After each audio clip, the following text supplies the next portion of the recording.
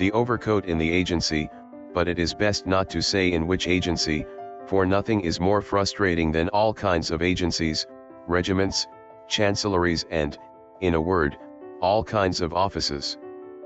After all, today, every individual considers offenses against their own person to be crimes against society as a whole. Let it be said that some time ago a complaint was received from a district police chief, I do not remember which city, in which he clearly explains that the imperial decrees are utterly overwhelmed and that the holy name of His Majesty is uttered in vain, and as the most spectacular testimony he had attached to his statement some romantic work in which at least every 10th page appeared by the district police chief, even in a place quite drunk. So, to avoid all the annoyances, it is best to name the agency in question as just one agency. And so, an official served in an agency, although an official who can hardly be said to be significant, he was short, a little cousin, a little red-haired, even a little deaf, and bald, he still had wrinkles on both cheekbones, and his face was hemorrhoidally colored. What to do? Such is caused by the climate of St. Petersburg. As for his title, because we have to state the title first of all, he was a so-called eternal counselor, who, as is well known, is made scorn and ruined by all haired writers who have that very commendable way of scolding those who cannot defend themselves. The surname of our official was Bashmachkin. On the name, the point notes that it is sometimes derived from the word shu, a play on the name of the said official. The shu is in Russian bashmak, from Bashmachkin. But it is unknown when and in what way it was due to it, for his father, as well as his grandfather and Wire, and all the perfect Bashmachkins had walked in boots, changing legs only 3 times a year. His first name was Akakievitsk. It might sound a little strange and sought after to the reader, but I can assure you that it was not sought in any way, but that the fact was indeed such that no other name could be given in any way. The course of events was as follows. Akakievitsk was born, unless remembered at night, on the 23rd of March.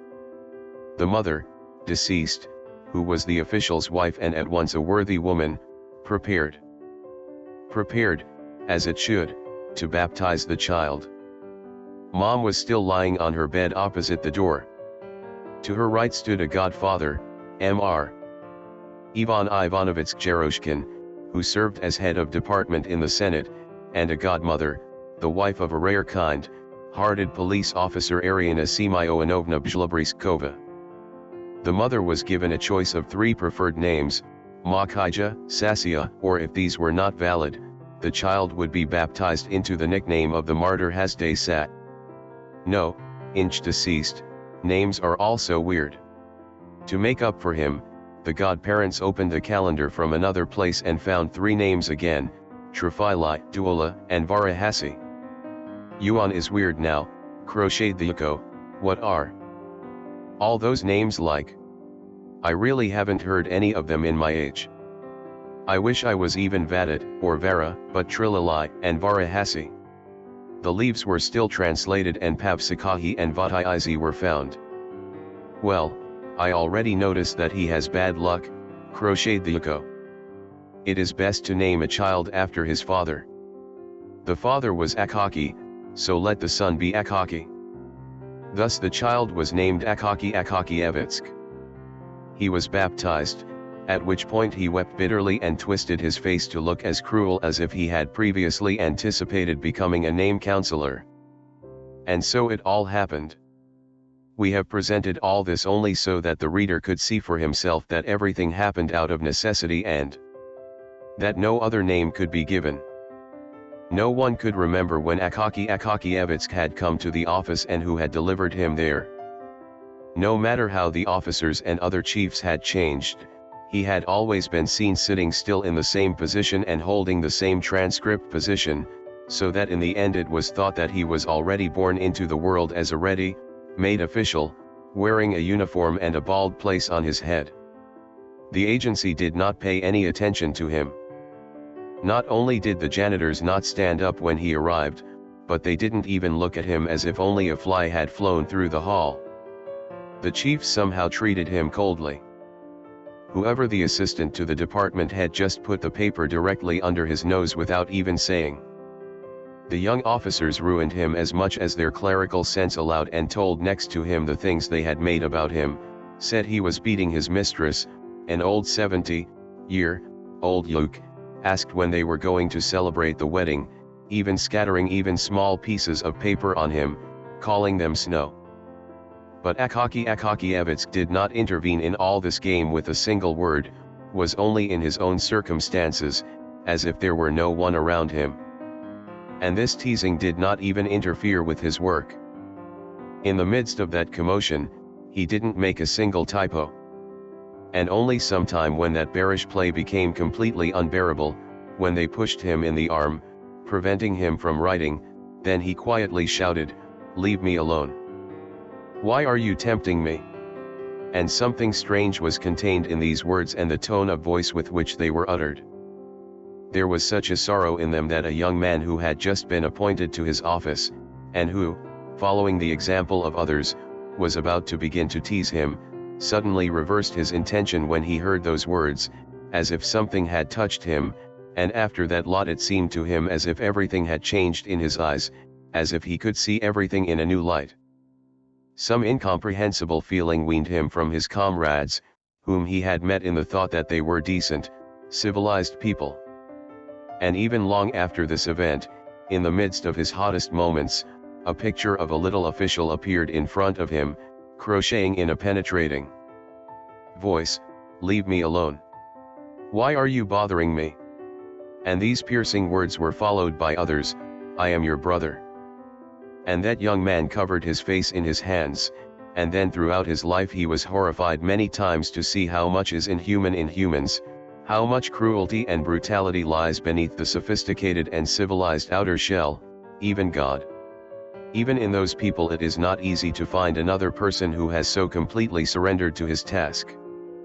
It is not enough to say that he took care of his office with devotion, no, he took care of it with love. In his office, in that perpetual transcription, he had his own varied, pleasant world. As he wrote, real pleasure appeared on his face. Indeed, there were a few letters of his pets, and as he wrote them he was in power. He smiled, blinked, and smirked at his lips, so that the obvious on his face could read almost every letter drawn by his pen. If he had been rewarded with enthusiasm, he would have, to his great surprise, perhaps received the title of state councillor. But now he had only, as his comrades mockingly said, served. One cannot help but point out that he, after all, had received some attention. One officer, who was a benevolent man and wanted to reward him for his long service, had ordered him to do something a little more important than the usual transcript, namely, to write some sort of excerpt from an already completed letter to another agency. The only difference between this work and the transcript was that he had to change the caption and change a few verbs from the first person to the third. This gave him so much work and headache that he became sweaty and wet. He wiped his forehead and finally said, "No, this is not going to work, it is best that you give me something to write." From then on, he was always allowed to transcribe, and outside of his circle, nothing seemed to exist. He didn't take care of his suit at all, and so his office jacket was no longer green, but a hint of something reddish, gray. His collar was narrow and low, so that his neck, which was by no means long, protruded very far from it, as if by the plaster cats moving around their heads, which were circled by dozens of traitors on their heads. And there were always haystacks, or pieces of yarn, or something else in his clothes. Besides, he had a special skill, when walking the streets, to always hit under the windows just when throws were thrown out of them, and that's why the cover of his hat was always full of watermelon and melon shells and all sorts of stumbling. Akakievich never once in his life paid attention to what was happening on the streets every moment, and who was constantly watched by his younger colleagues, whose lively gaze was so excellently trained that he immediately noticed from whom the strap of his trousers had broken on the other side of the street. To their lips. But Akakievitsk, if he looked at anything, saw only his clean lines, written in flat handwriting everywhere, and only if the horse's muzzle, without his knowledge, knew what had appeared, landed on his shoulder and blew his whole nostril against his cheek, then he only noticed in the middle of their line, but rather in the middle of the street. When he came home, he immediately sat down to eat and at that moment broke his cabbage soup, then ate a piece of flesh with the onion, without ever noticing its taste, ate everything with flies and everything that God had sent to him at that moment. Noticing that his stomach was starting to bulge, he got up from the table, took his ink bottle, and began to transcribe the papers he had brought home. If he had not brought anything with him, he copied for his own amusement, especially papers that were notable, not for his beautiful handwriting, but for his valuable address to some new or important person. Not even when the grey sky of St. Petersburg was completely extinguished, and the whole world of civil servants ate their dinner, each part of their salary, part of their own taste, when everyone was already resting after the pencil, rumble, buzz, their own and other necessary actions, and all that tireless people were over their own needs taken to do, when officials rushed to take advantage of the rest of the day, rushing to the theater, rushing to the streets to spend some time looking at their hats, who lived on the third or fourth floor in two small rooms, which also included an entrance hall, or a kitchen, and saw some kind of fashion item, such as lamps or some small items, which had required many sacrifices, fasting and sitting indoors in their spare time, that is, when all the officials were scattered in their friends' small flats to play noisy, sipping tea from glasses with kopecks, pulling rattles from long chimneys, telling all sorts of old gossip from the upper social circles between games, because a Russian can never and under no circumstances refuse to gossip, or if there was no thing, tell me about to whom it was said that he had been cut off from the horse in the memorial statue of Fakhanitov. In a word, when everyone was having fun, even then Akakievitsk did not indulge in any kind of amusement. No one could say they had ever seen him anywhere. After writing enough, he rested with a smile, already anticipating, wondering what God would send tomorrow for transcription. So rolled the earthly life of that man who, with his annual salary of 400 rubles, was fully satisfied with his destiny. And he could possibly have lived very old if it weren't for the various accidents that have been scattered not only on the paths of life of name counselors but also of secret, real, court counselors, and all counselors who give no one more advice than anyone else gets. No one could say they had ever seen him anywhere. After writing enough, he rested with a smile, already anticipating, wondering what God would send tomorrow for transcription. So rolled the earthly life of that man who, with his annual salary of 400 rubles, was fully satisfied with his destiny. And he could possibly have lived very old if it weren't for the various accidents that have been scattered not only on the paths of life of name counselors but also of secret, real, court counselors, and all counselors who give no one more advice than anyone else gets. No one could say they had ever seen him anywhere. After writing enough, he rested with a smile, already anticipating, wondering what God would send tomorrow for transcription. So rolled the earthly life of that man who, with his annual salary of 400 rubles, was fully satisfied with his destiny.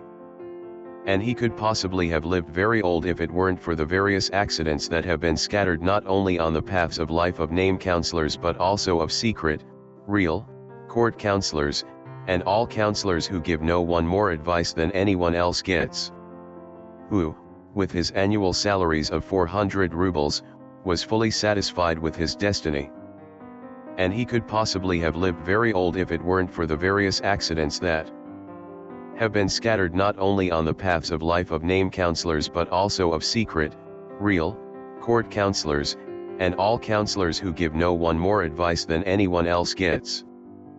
Who, with his annual salaries of 400 rubles, was fully satisfied with his destiny. And he could possibly have lived very old if it weren't for the various accidents that have been scattered not only on the life paths of name counselors but also secret, real, court counselors, and all counselors who give no one more advice than anyone else gets. St. Petersburg has a harsh enemy for all those whose annual salary revolves around the ears of 400 rubles. This enemy is nothing but the frost of our north, even though it is otherwise said to be quite healthy. At 9 o'clock in the morning, that is, just as the streets are filled with people going to the offices, it begins to distribute such harsh and pungent keystrokes to everyone's noses without distinction that the clerks don't know where to end up hiding them. It is at this time, when even the foreheads of senior officials are stinging in the frost, and the waters rise to the eyes, that name councils are sometimes quite unsafe. The barely escapes frostbite as he runs as fast as he can between those 5-6 blocks and then punches his feet firmly in the hallway.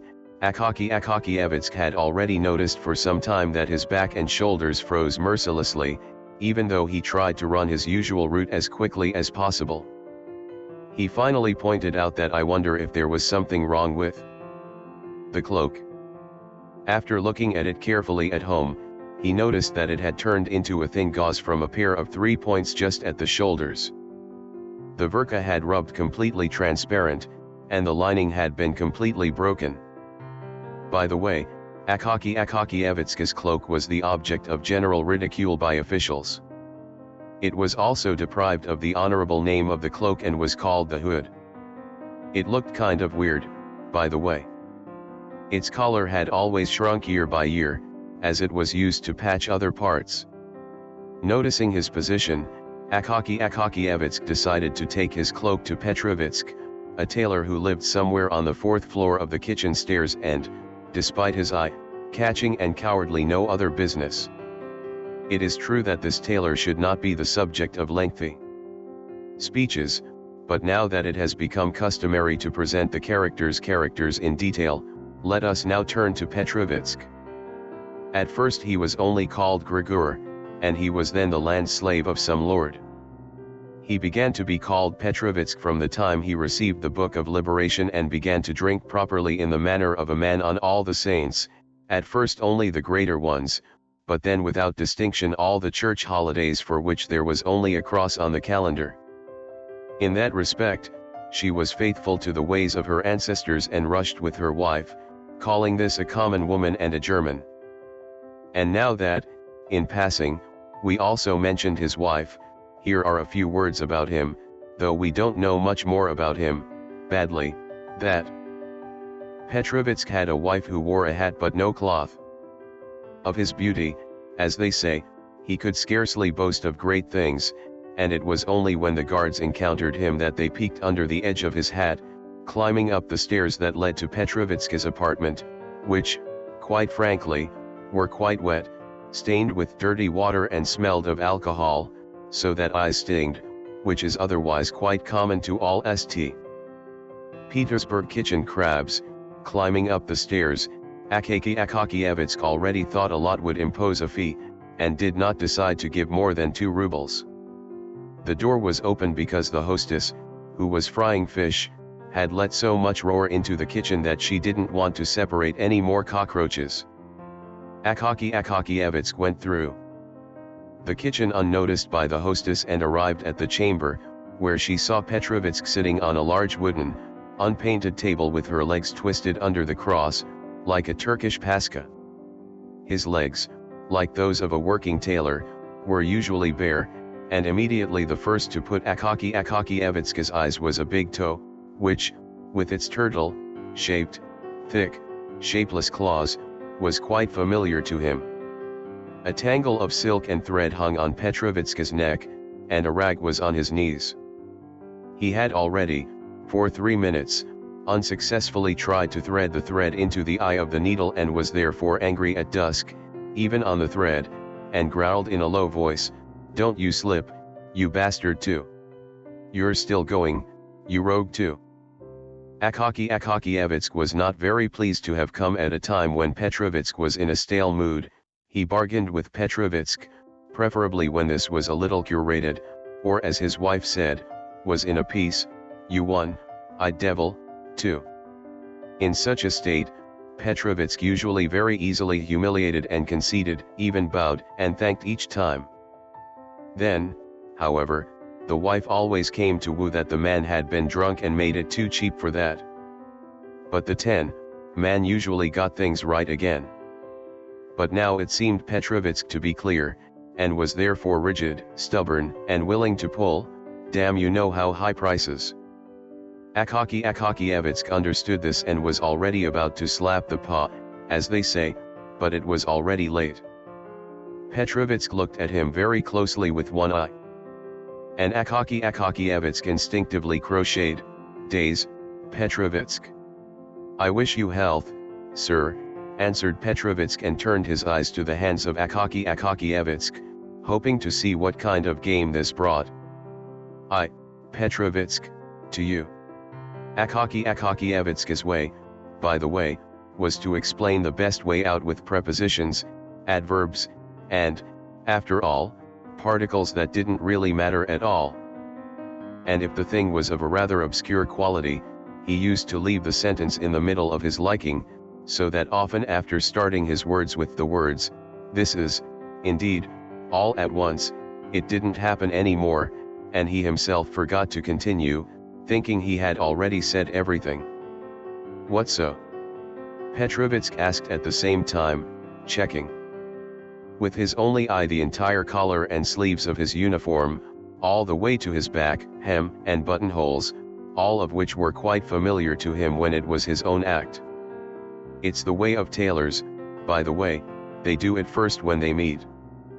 I, Petrovitsk, that cloak, you see, Verka, look at it, everywhere quite strong, it is a little dusty and looks old, but it is new and is only from this one place a little that twote back, and yet, you see, a little rubbed on this one shoulder, and a little on the other, you see it has everything, it doesn't work anything.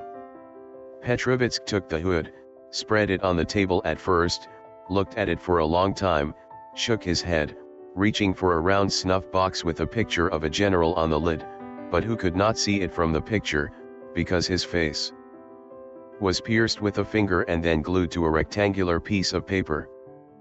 Nuuskatuayan took Petrovitsk's capitanry hands and examined it against the fire, and again shook his head, then he turned on the mountainside and shook again his head, then took back the box with paper glued to the generals with pictures, Vetasi snorting nose, shut the lid and put the box away again, and finally said, it can't be fixed, the garment is very bad. Akakiyevitsk's heart shook after hearing these words from him. Why can't, Petrovitsk, he said in an almost childish prayerful voice, is it nothing more than a little worn off the shoulders, I guess you have some patches. Yes, patches could be found, there are always patches.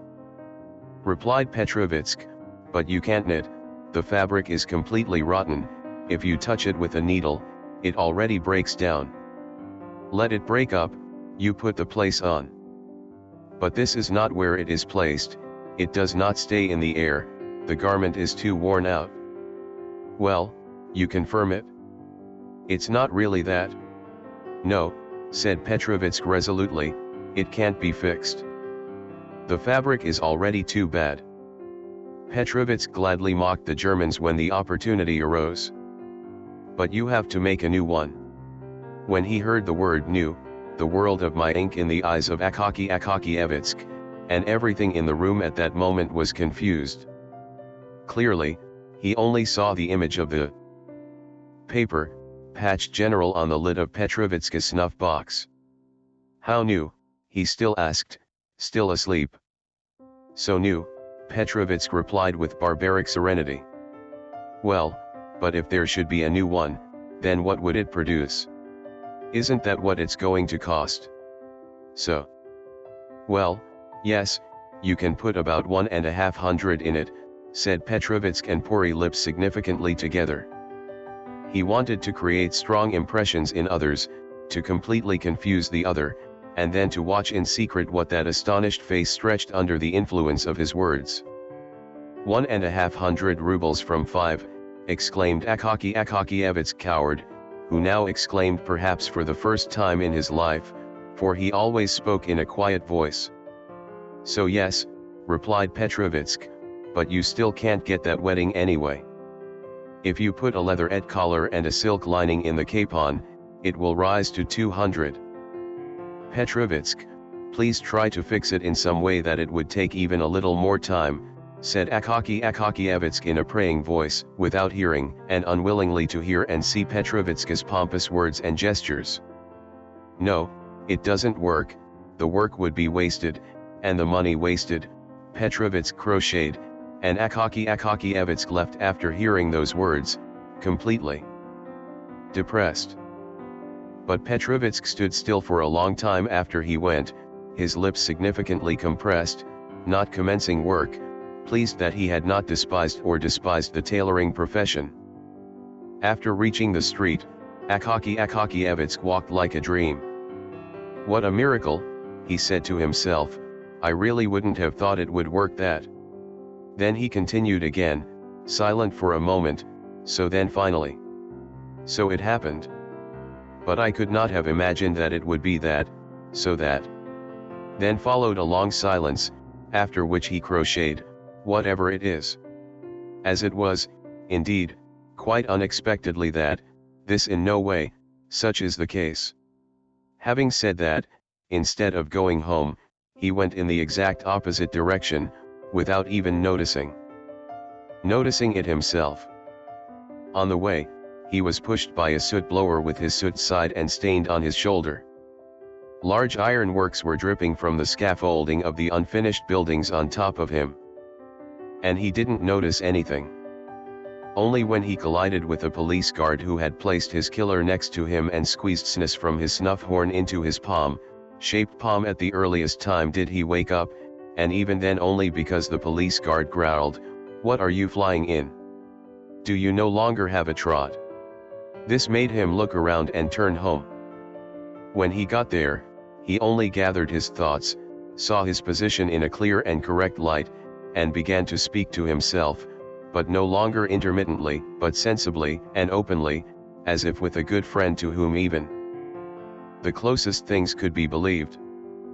Well, said Akakievich, now it is not better to negotiate with Petrovich, he is now that guy. I think his wife has beaten him a little.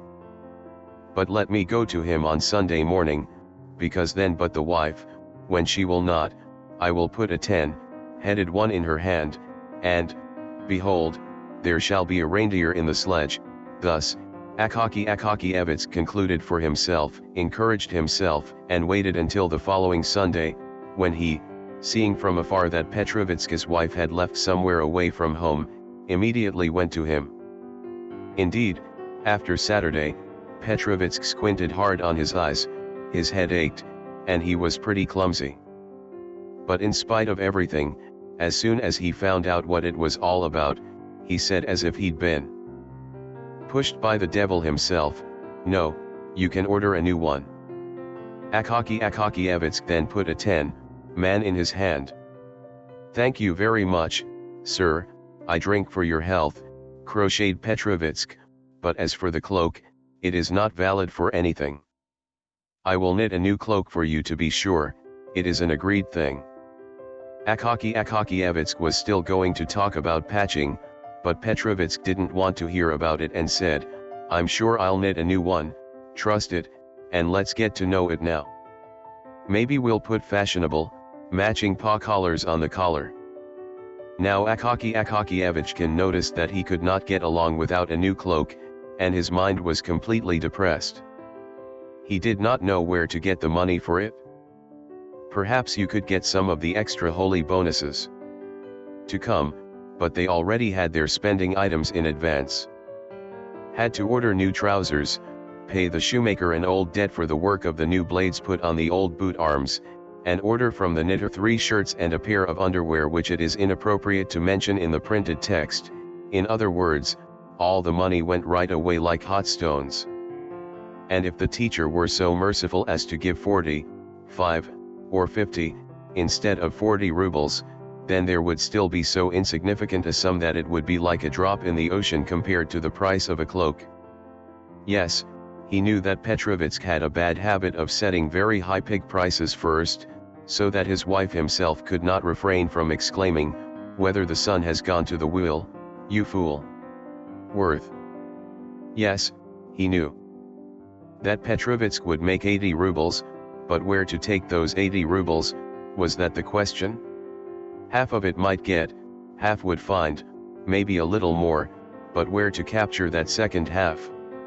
But the reader needs to know where that first half was taken from. Akakievitsk used to save 2 kopecks for every ruble he lost in a small, locked box with a hole in the lid from which the money was injected. Every 6 months later, he thus counted the accumulated brass coins and exchanged them for silver. Thus, that amount had increased over the years, so that it was now even greater than 40 rubles, and thus half was available, but where to take the other half, where to get another 40 rubles?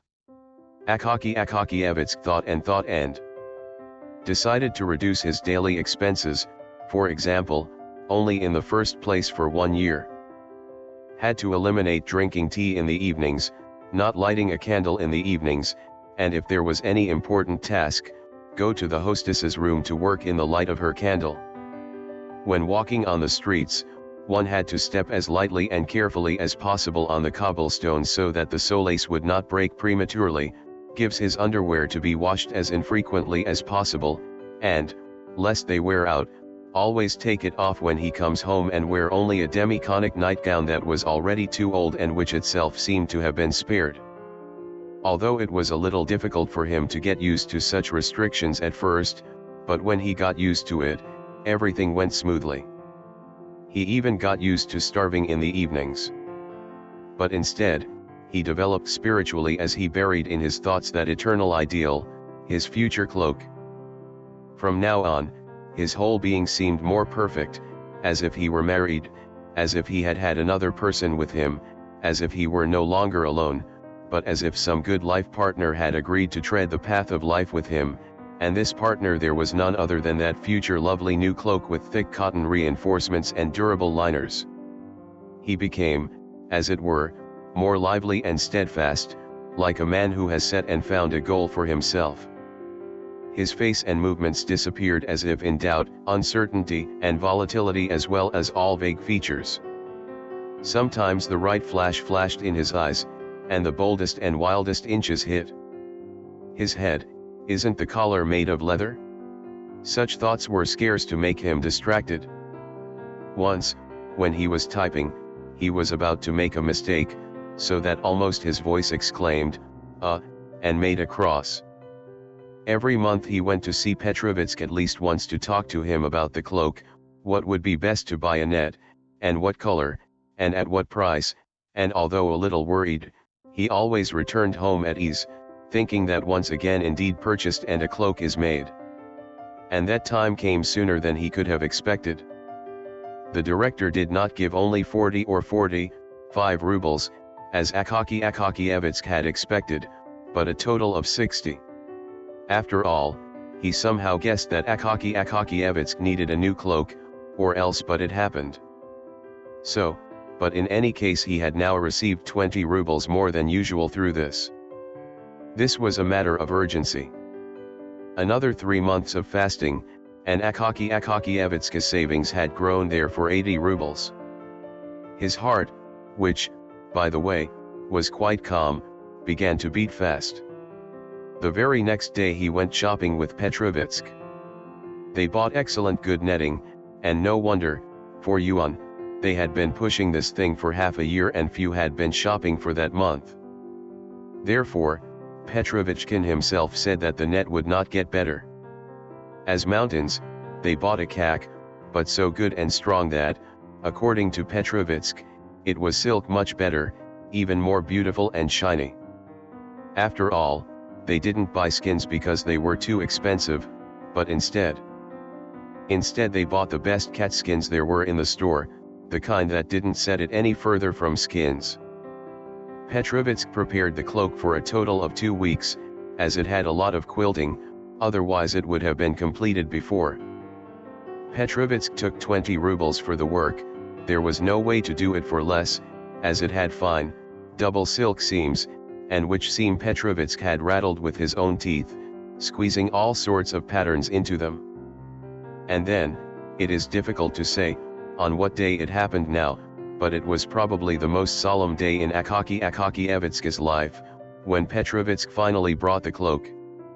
He brought it in the morning, shortly before going to the office. The cloak came at the best time, as it was already starting to freeze a bit, and the cold seemed to be only increasing. Petrovitsk brought the cloak as a good tailor would. There was such a significant look on his face that Akakievitsk had never seen anything like it before. Surely he fully felt that he had done nothing small, and that now appeared the gap that separated the tailors who were just patching and repairing, from those who were knitting new ones. He took the robe of the handkerchief in which he had brought it. The handkerchief was peso, he then wrapped it up and put it in his pocket for use. After raising the cloak, he looked very proudly and, holding on to the Polish, placed it very conveniently on the shoulders of Akakievitsk, then he stretched and fitted it without sleeves for a moment and tested its suitability. The buttons open. As an old man, Akakievitsk wanted to try his sleeves too. Petrovitsk helped his hands to the sleeves, and they were good too. In a word, the cloak seemed to be excellent and very appropriate. At the same time, Petrovitsk did not forget to point out that he did so cheap just because he had no sign and that he lived on a side street and had known Akakievitsk for a long time, but along Nevsky Prospect it would have taken a bare place for 85 rubles. Akakievitsk did not want to argue against, for he feared the great sums with which Petrovitsk so gladly blinded the eyes of others. He paid Petrovitsk a salary, thanked him and went to his office in his new cloak. Petrovitsk left immediately after him and, remaining on the street standing, looked for a long time at the work of his hand farther away and went to the other side of the street, hurrying across the street to another street, running back to the previous street to see his sign once more from the other side. It is straight from the front. At that time, Akakievitsk passed in the most solemn state of mind he knew. She felt every moment that she had a new cloak on her shoulders, and she smiled a few more times with inner satisfaction. In fact, it had two good qualities: first, that it was warm, and second, that it was good. He didn't notice the trip at all and arrived at the office at that moment. In the hall, he took off his cloak, scrutinized it from all sides, and entrusted it to the special care of the janitor. Oddly enough, almost everyone in the office knew that Akakievitsk had a new cloak and that the hood no longer existed. Everyone immediately attacked the hallway to look at Akakievitsk's new cloak. Then they began to congratulate him and shake his hand. Akakievitsk just initially smiled, but then he began to be ashamed. And when everyone penetrated around him and began to talk about the cloak crunching, and that he should do all common actions for them in the evening, Akakievitsk was completely confused, and did not know how to be, what to answer and how to prevent. After a few moments, quite reddened, he began to sincerely believe that it was no new cloak, but that it was old. Finally, an assistant to the department head, who wanted to show that he was not at all proud, but that he was familiar with the lower ones, said, "I like the evening instead of Akakievitsk, and I invite everyone to tea tonight, otherwise it happens to be my name day." The officials, of course, congratulated the deputy head of department and welcomed his suggestion. Akakievitsk wanted to refuse, but everyone said it would be rude, downright disgraceful, and he could not refuse in any way. Otherwise, he then came to his senses, remembering that as a result he would have the opportunity to go to the evening dress in his new cloak. This whole day was the biggest holiday for Akakievitsk. He returned home in the most hilarious mood, took off his cloak, and hung it gently on the wall, once again admiring the slingshot and the mountains, and then he brought up by parable his old hood, which was in a state of disintegration of power. He looked at it and smiled himself, big was indeed the difference. And even as he ate, he still smiled, remembering the miserable state of the hood. He ate with joy, and wrote nothing after eating clean, but lapped contentedly on his bed until the evening darkened. Then he dressed without delay, took the robe on his shoulders, and went out. We cannot, evilly, say with certainty where the said official lived, for the memory begins to deceive badly, and all that ever is in St. Petersburg, all the streets and houses are fused and mixed together so that it is difficult to get anything out of order. As for the flame, at least it is certain that that official lived in a better district, that is, very far from where Akakievitsk's apartment was located. Initially, Akakievitsk was allowed to walk several empty and poorly lit streets. But the closer to Kuta he arrived at our official's apartment, the livelier the life on the streets became, and the brighter they were. There were more pedestrians, as well as nicely dressed women. The men showed beaver leather collars. Increasingly, the driver with a wooden sleigh adorned with gilded wooden blocks was encountered, but all the more often he encountered fast drivers with red velvet caps, lacquered sleighs and bearskins as sleighs. Akakievitsk looked at all this, at least as new, as he had not been outdoors in the evenings for several years. He stopped in front of the lighted window of a store to look at some painting depicting a beautiful woman who had just taken off her shoes, so her pretty legs were visible. From behind the woman, a man's head with pretty cheekbones and lipsticks came out of the door of the next room. Akakievitsk shook his head, smiled and continued his journey. Why did he smile? Because he encountered something that was quite strange to him, but of which everyone still has some idea, or thought, like many other officials, like this, well, you can those French. If they just want something like that, then also indeed that. But it may be that he did not think about it either, for it is impossible to see the human soul and know everything he thinks. Who depicted a beautiful woman who had just taken off her shoe, so her pretty feet were visible. From behind the woman, a man's head with pretty cheekbones and lipsticks came out of the door of the next room. Akakievitsk shook his head, smiled and continued his journey. Why did he smile? Because he encountered something that was quite strange to him, but of which everyone still has some idea, or thought, like many other officials, like this, well, you can, those French. If they just want something like that, then also indeed that. But it may be that he did not think about it either, for it is impossible to see the human soul and know everything he thinks. Who depicted a beautiful woman who had just taken off her shoe, so her pretty feet were visible.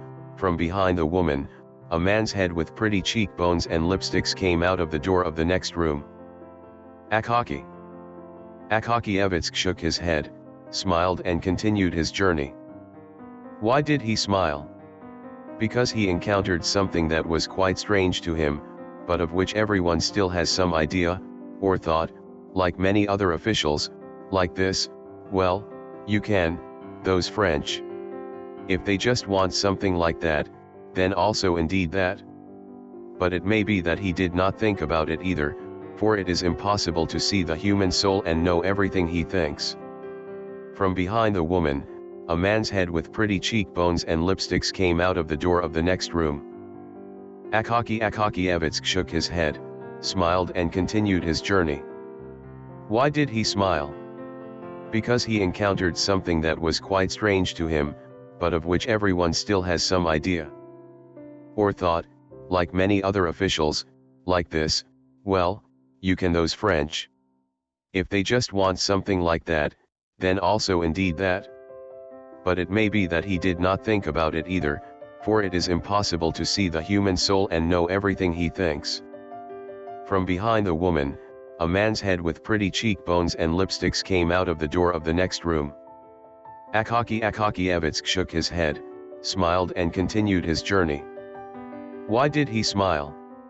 Because he encountered something that was quite strange to him, but of which everyone still has some idea, or thought, like many other officials, like this, well, you can those French. If they just want something like that, then also indeed that. But it may be that he did not think about it either, for it is impossible. Impossible to see the human soul and know everything he thinks. He finally arrived at the house where the assistant to the department head lived. This same official appeared to live quite handsomely, as the stairs were well lit, and his apartment was on the second floor. Arriving at the hall, Akakievitsk saw long rows of galoshes on the wall, between which, in the middle of the room, stood a squeaky samovar who let steam clouds into that air. On the walls hung quite a number of cloaks and capes, some of which had properly beaver-skinned collars, or velvety twists. Behind the wall was a speech and a commotion, which suddenly became clearer and louder as the door opened, and the lawyer entered the vestibule carrying a tray with a cream container, a crumb basket, and a set of empty glasses. Everyone had apparently arrived some time ago, and the first tea glasses drunk. After taking off his cloak, Akakievitsk stepped inside, and a sight opened in front of him, with candles, rumbling officials, chimneys, and game tables confusing, and the rumble from everywhere and the rumble of moving chairs completely confused his hearing. He stopped helplessly in the middle of the room, trying to think about what to do. But soon he was noticed and greeted in a noise, and everyone immediately went to the hall to look at his cloak again. Akakievitsk was a little confused, but a pure-hearted man when he could not help but feel the joy of seeing how everyone thanked his cloak. Then, of course, everyone left him and his cloak and returned to the vesti tables again. All that noise, as a speaker and intrusive people, it was all somehow foreign to Akakievitsk. He didn't really know how to be, other than gesturing, where to put his hands, feet, and his whole being. Eventually he sat down next to the players, he looked at the cards and one and the other in his face, and after a while began to yawn when he felt sad, especially when the time when he used to rest was long gone. He would have liked to say goodbye to the host, but he was not allowed to go, but was told that it was necessary to drink a cup of champagne in honor of the new cloak. Akakievitsk was forced to drink 2 glasses, after which he felt all the more fun in the room, although he could in no way forget that it was already 12 o'clock, and that long ago it would have been time to go home. Thinking that the master could not arrest him in any way, he secretly went out of the room, looking in the vestibule for his cloak, which to his displeasure he saw lying on the main floor, shook it, plucked even the smallest riches from it, put it on and went out the stairs. The streets were still as bright as before. A few general stores, those perpetual meeting places for servants and other people, were still open. Of the others who were already closed, long streaks of light penetrated through the doorways, expressing that there were still people left, presumably the maids and servants of the house, who there, hiding from their hosts, inferred their daily chatter. Akakievitsk walked in a fun mood and was about to run, knew why, after a woman who passed her at the speed of an arrow, and in whose body part some kind of strange ripple was noticeable. However, he stopped right at the beginning and continued his journey slowly, wondering for himself what miracle he had been in such a hurry. Soon he arrived on those empty streets that would never wake up in a fun atmosphere for a day, much less in the evening. Now they looked even gloomier and loner. There were quite a few lanterns. I guess there was a shortage of oil. Wooden houses and fences were visible, nowhere cross, soul, the snow alone glistened in the streets, and the low, closed shutters of the cottages loomed sad in the dark. He approached the place. Far away, the Lord knew where, the twinkle came from some stall that seemed to be in power at the world. Akakievitsk's joy here diminished slightly. He stepped into the square with the power of some disgusting feeling, as if his heart had guessed something evil. He looked behind him and around him. He was indeed like in the middle of the sea. No, It's best not to look, he thought, closing his eyes. When he opened them, to see how far the market was, he saw near him, almost in front of his nose, bearded men, who, he could not distinguish. The world was black in his eyes, and his chest was haunted.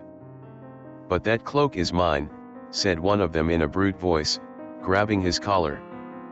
Akakievitsk was already shouting, "Police," and the other put his fist in front of his mouth, great as the head of a servant, and crocheted, "It will come if you cry."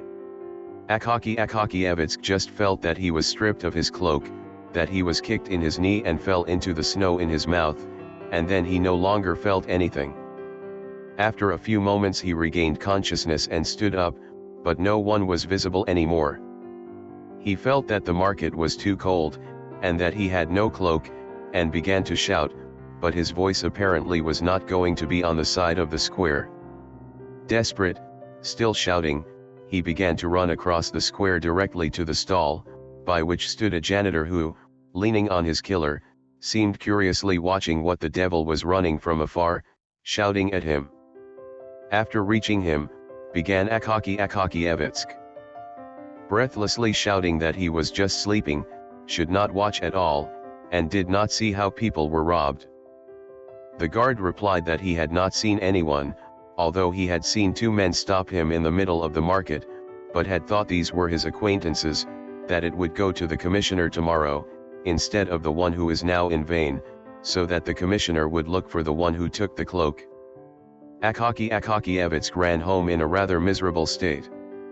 The little waste of hair he still had on his temples and neck was completely fluffy, and his ribs, chest, and pants were completely in the snow. The mistress of her old car jumped immediately from her bed, hearing a harsh knock on her door, and came in her shirt to open the door, holding the chest of her shirt with shyness in her hand. But after opening the door, he retreated, seeing what condition Akakievitsk was in. After this had told him what had happened, he clasped his hands together and said he should go straight to the police chief, that the commissioner will only deceive, promise, but will delay and then stretch, that it is best to go but directly to the police chief, that this is finally familiar to him, because Anna, a Finn who used to be a cook, is now with the police chief as a babysitter, that he often sees the chief of police himself driving past his apartment, and that this is seen by every saint in the church praying, and that he always looks favorably on all, and that he is therefore a good man in all things. After hearing such advice, Akakievitsk sadly went to his own room, and how he spent his night there, let it be left to its guess, who can imagine the space of another. Early the next morning, he went to see the police chief, but there it was said that this was still lying. He came in 10, it was said again, lie down. He came at 11 o'clock, it was said, there is no police chief at home. He arrived again at dinner, but in the hallway the scribes did not want to let him in any way and wanted to avoid knowing what things he was doing and what had happened, so that Akakievitsk finally, for the first time in his life, became angry and said he wanted to meet himself as a police chief, said they did not dare in any way prevent him from coming from the Agency for State Affairs, and that if he complained about them, then they would still be able to see. The scribes no longer dared to speak anything about this, and one of them went to call the police chief. Somehow, the police chief received the report of the robbery of the cloak.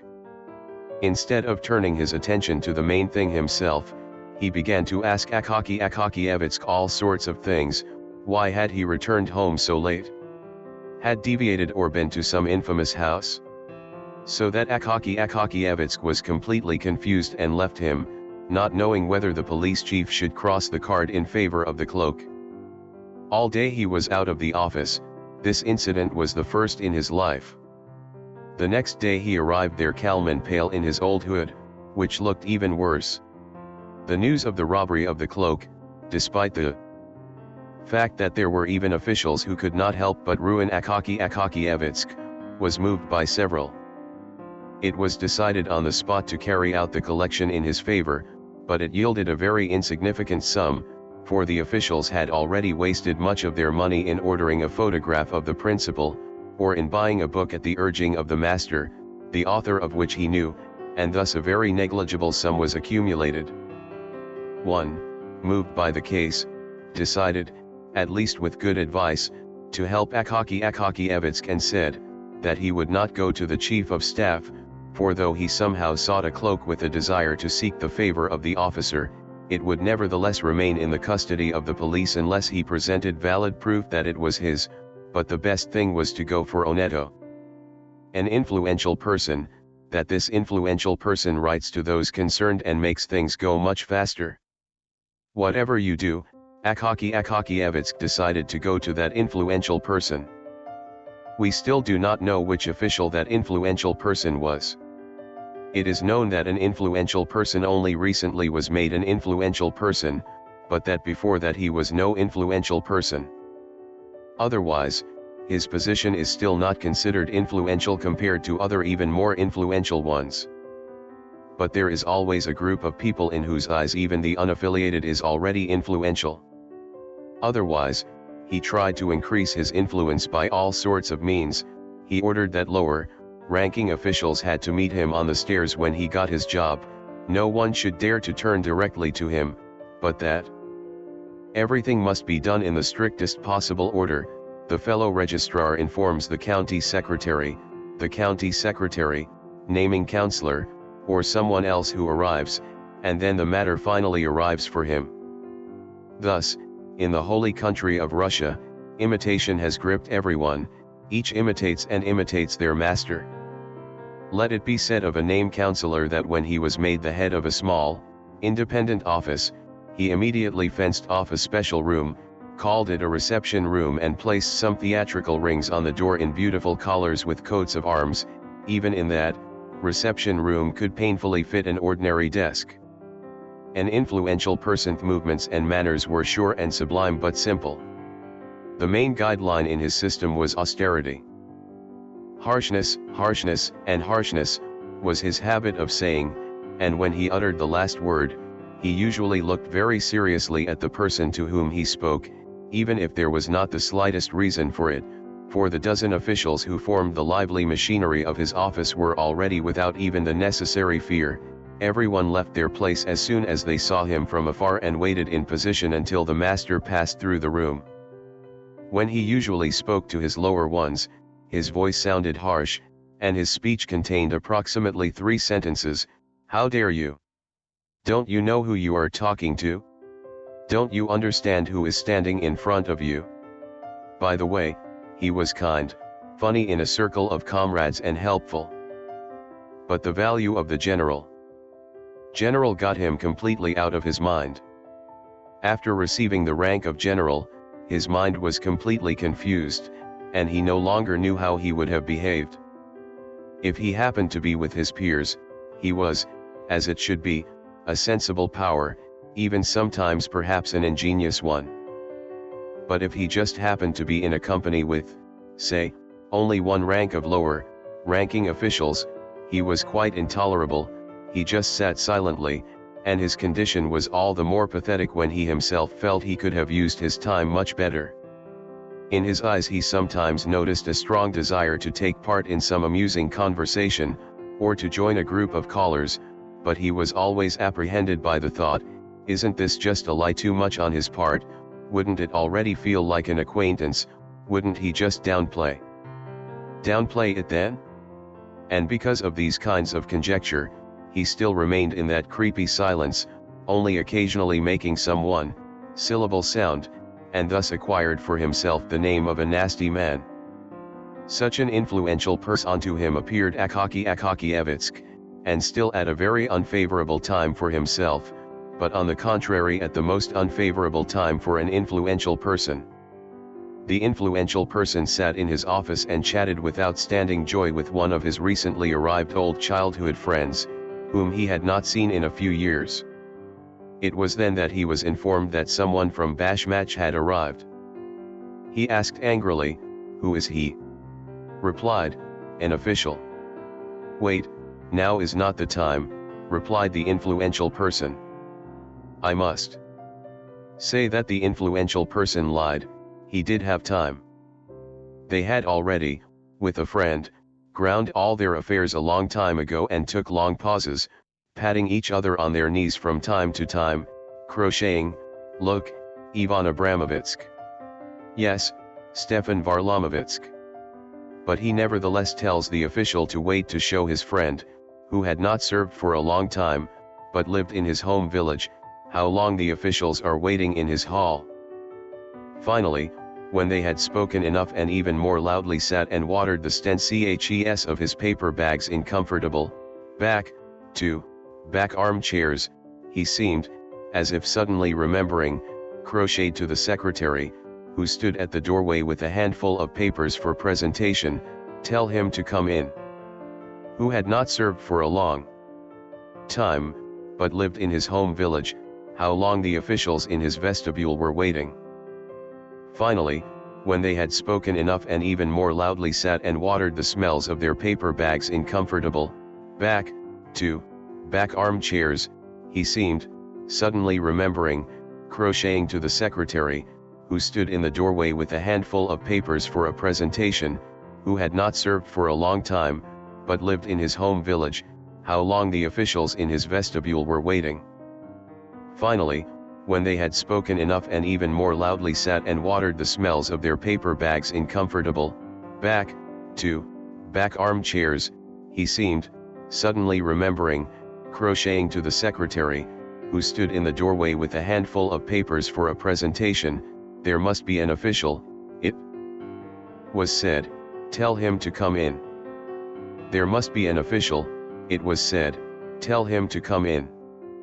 Seeing Akakievitsky's humble form and his old uniform, he turned directly to him with the question, "What do you have to do with it?"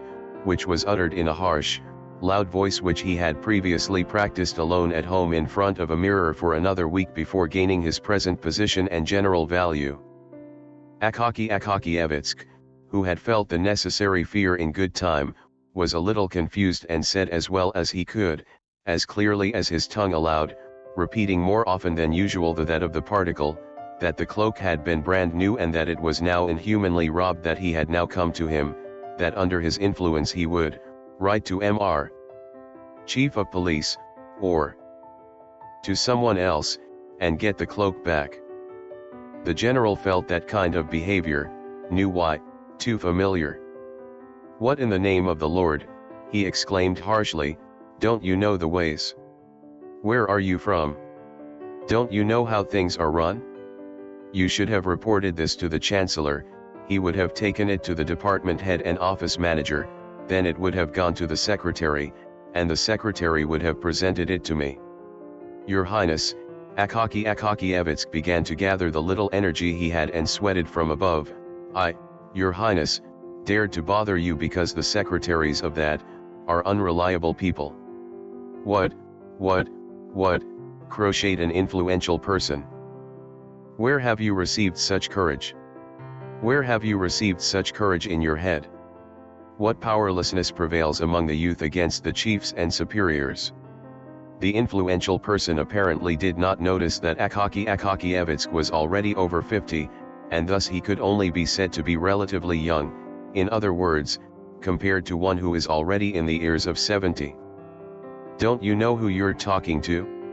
Do you understand who's standing in front of you? Do you understand this? Do you understand? I'll ask you." He sons at his feet, raising his voice so harshly that Akakievitsky alone was not truly horrified. Akakievitsky's power froze, faltered, and his whole body trembled, and if the janitors had not run to grab him at the same time, he would have fallen to the floor. He was carried away almost uninformed. But the influential person, pleased that his power had worked, overly enamored that his words could make even a man unaware, looked secretly at his friend to see what effect he had had on him, and to his satisfaction found that this too was overwhelmed by rather vague emotions. "Perhaps myself felt fear." Akakievitsky did not at all remember how he came to the stairs, how to get to the street. He did not hear or see anything. At his age he had not received such barking from the generals, much less from guests. With his mouth open, he walked in a circle that raged through the streets, not even staying on the sidewalk, the wind blowing, as usual in St. Petersburg, from all four directions, from all cross streets. At that moment it had inflicted on him a sore throat, and he arrived at his home without a word to utter. His throat drove, he rested. Barking ex officio is sometimes so severe. The next day he developed a severe fever. With the favorable help of St. Petersburg's climate, the condition of the sick person deteriorated faster than one could have imagined, and when the doctor arrived he could do nothing else after experiencing the dominion, than to write a prescription for the sole purpose of losing a patient without the charitable help of medicines, but otherwise he announced after a day and a half that he would surely be at the end, after which he turned to the steward and said, "But you, my bridegroom, needless to waste time, now order him a pine coffin now, for oak is too expensive for him." Did Akakievitsk hear these words so lucky for him, and if he did hear them, did they make a shocking impression on him? Did he think of his pathetic life? It is impossible to know, because he was constantly feverish in his hands. He saw visions incessantly, one more terrible than another, when he saw Petrovitsk and told him to make a cloak with some kind of traps for robbers, which he always thought was under his bed, and sometimes called his mistress to pull some robber out from under his blanket, when he asked him why his old hood hangs in front of him when he has a new cloak, when it seemed to him as if he were standing before the general hearing the barking ex officio and saying, "Forgive me, your highness." When he reigned again, putting such terrible words in his mouth that the hostess crossed herself, she, having never heard such a thing from her, even less so when these words immediately followed the words "your highness." He later spoke quite indefinitely, so that they made no sense. It could only be noticed that his insane words and thoughts revolved around that one and the same cloak. Finally, Akakievitsk threw his life. Neither his room nor his belongings were sealed, for, first, he had no heirs, and second, he was left with very few Peruvians, namely a bouquet of goose, down pens, a book of white official paper, half a dozen handkerchiefs, a pair or three of loose buttons and a hood known to the reader. Whosoever shall find these things, the Lord shall see them. That thing, I admit, did not excite the author of this report either. Akakievitsk was taken away and buried. And Peter was left without Akakievitsk, as if he had not even existed. In him disappeared a creature that was unknown to all, not dear to anyone. It mattered to everyone whether he lived or died, and did not even pay attention to him, even to a natural scientist who puts an ordinary fly on a safety pin and examines it under a microscope. His life, and then, all of a sudden, was faced with an accident that discourages even the most powerful in the world. A few days after his death, a janitor was sent from the agency to his apartment to announce that the master was calling. But the janitor was allowed to return empty-handed with the knowledge that the official in question could no longer arrive, and to the question, "Why not?" he replied, "Because he is dead. 4 days ago he was already buried." Thus, the office learned of the death of Akakievitsk, and the next day a new official was already sitting in his place, much taller, and no longer writing with such a smooth handwriting, but with a much more sloping and uneven hand. But who could have imagined that this would not end with everything about Akakievitsk, that God had allowed him to live noisily for a few more days after his death, as if to compensate for his lonely, unnoticed life. But that's how it happened, and our little story gets a fairly unexpected ending. In St. Petersburg, rumors suddenly began to circulate that a ghost, like ghost carrying an abducted cloak, had begun to appear at the Kalinki Bridge and even further away at night, referring to one whose shoulders had been completely torn, from which no rank or position could be seen, which hinted at all sorts of cloaks, cat, fur collars, beaver, leather collars, cotton, filled, genetic leather, fox fur, bearskin, in a word, all kinds of fur and leather that people have ever invented to cover themselves. One of the officials of the agency saw with his own eyes the ghost and immediately knew it as Akakievitsk, but this vision terrified him so that he went on the spot to run whatever his paws could get, so he could not look at it further, but nevertheless saw how this from afar threatened him with his finger. There were constant complaints from all quarters that not only the backs and shoulders of the even court counselors were in constant danger of freezing when their cloaks were mysteriously removed. The police were given the apprehension and punishment of a ghost in a terrible way to warn others, whether it was alive or dead, but this had not been successful. Admittedly, a police guard in a block on a crossroads on Kyrgyzstan was already catching a ghost in a misdemeanor itself, trying to deprive a whistling robe of a divorced caller who had once blown a flute. After catching the ghost on the collar, he called out to two of his comrades, to whom he left it to be held, and himself pulled out a tobacco purse from the boot shaft to soothe his nose, which had been frozen 6 times in his lifetime. But I guess the tobacco was of such a quality that it could not be tolerated by a ghost. After pushing his finger into his right nostril, the police guard didn't have time to pull a little to the left, when the ghost sneezed so hard that it blinded the eyes of all three at once. By the time they clenched their grips into their fists to soften the ghost, it had already disappeared into the cotters, so they didn't know exactly if it was in their hands. After that, the ghosts terrified the police guards so much that they were careful not to catch the living and shouted from afar, "Here you there, go your way." But after all, we have completely forgotten an influential person who hardly actually was the reason why otherwise our real story turned into a fairy tale. Above all, justice and fairness require us to declare that an influential person, as soon as the bullied Akakievitsk coward left, felt some sort of pity. And the feeling of pity was not quite foreign to him. There were many good qualities in his heart, although the post very often prevented them from appearing. And when that newly arrived friend left his office, he remembered Akakievitsk coward. And from now on, a pale Akakievitsk appeared before the eyes of his soul almost every day, who had not endured the homework he had given for his office. Akakievitsk's memory bothered him to the extent that a week later he decided to send him an official to inquire what he was and whether he could help him in any way, and when he was informed that Akakievitsk had died of fever in a short time, he was as if lightning had struck him. His conscience began to rebuke him, and he was out of his mind all day.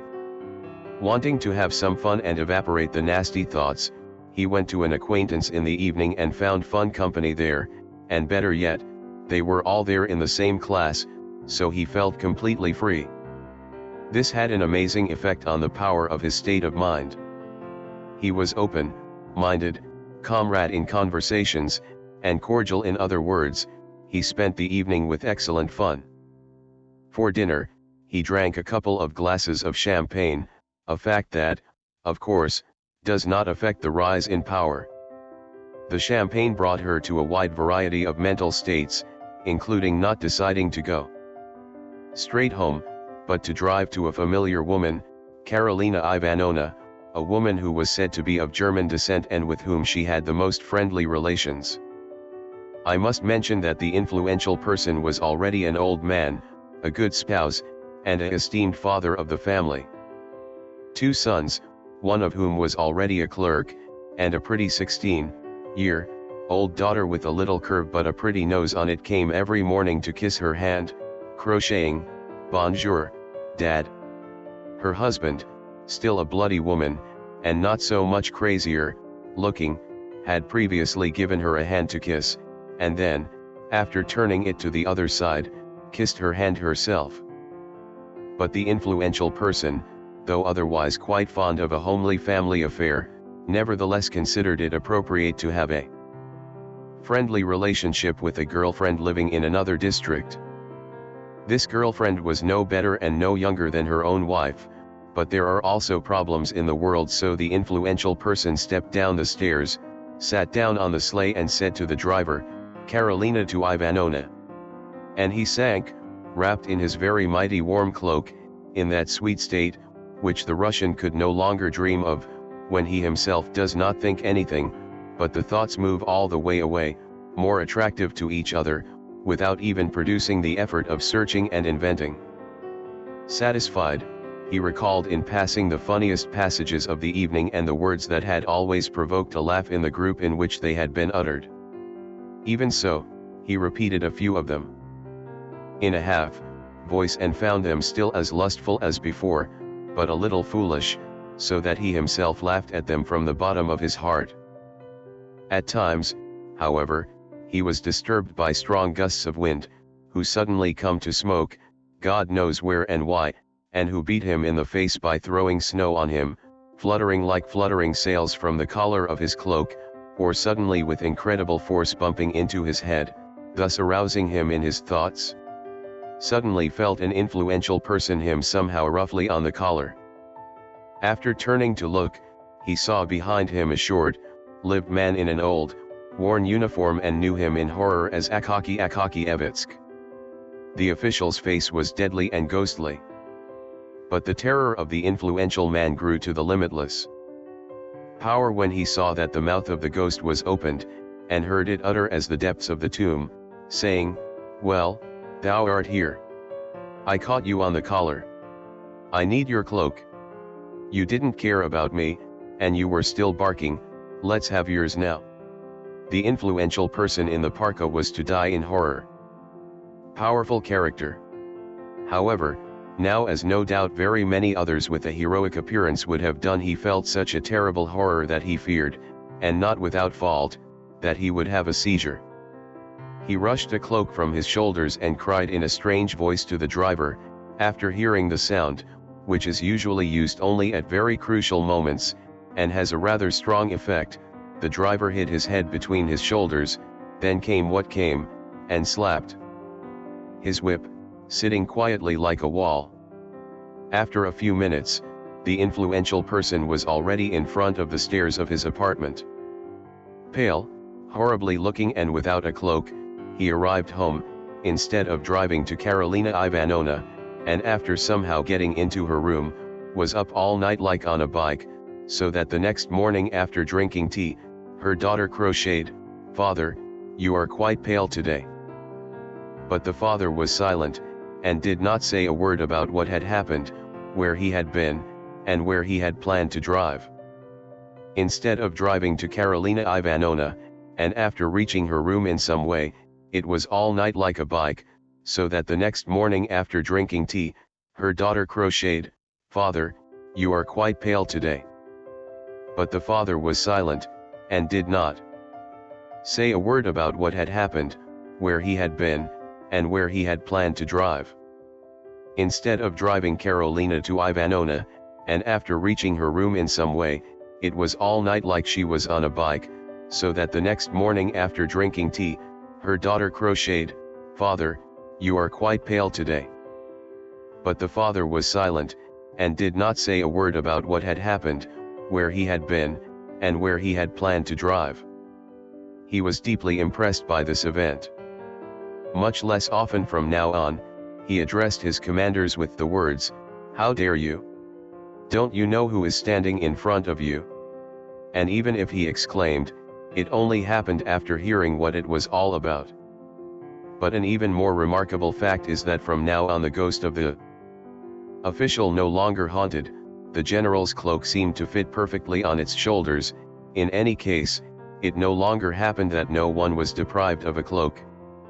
However, some active and caring people did not want to calm down and said the ghost of the official was still showing up on the outskirts of the city. And a policeman in the region of Koloman had seen with his own eyes how a ghost appeared behind a house, but being a little weak by birth, so that once an ordinary, adult watering piglet coming into a police officer's house came to an end, the dads standing around burst into laughter, from which ruin he then squeezed 2 kopecks of tobacco from them.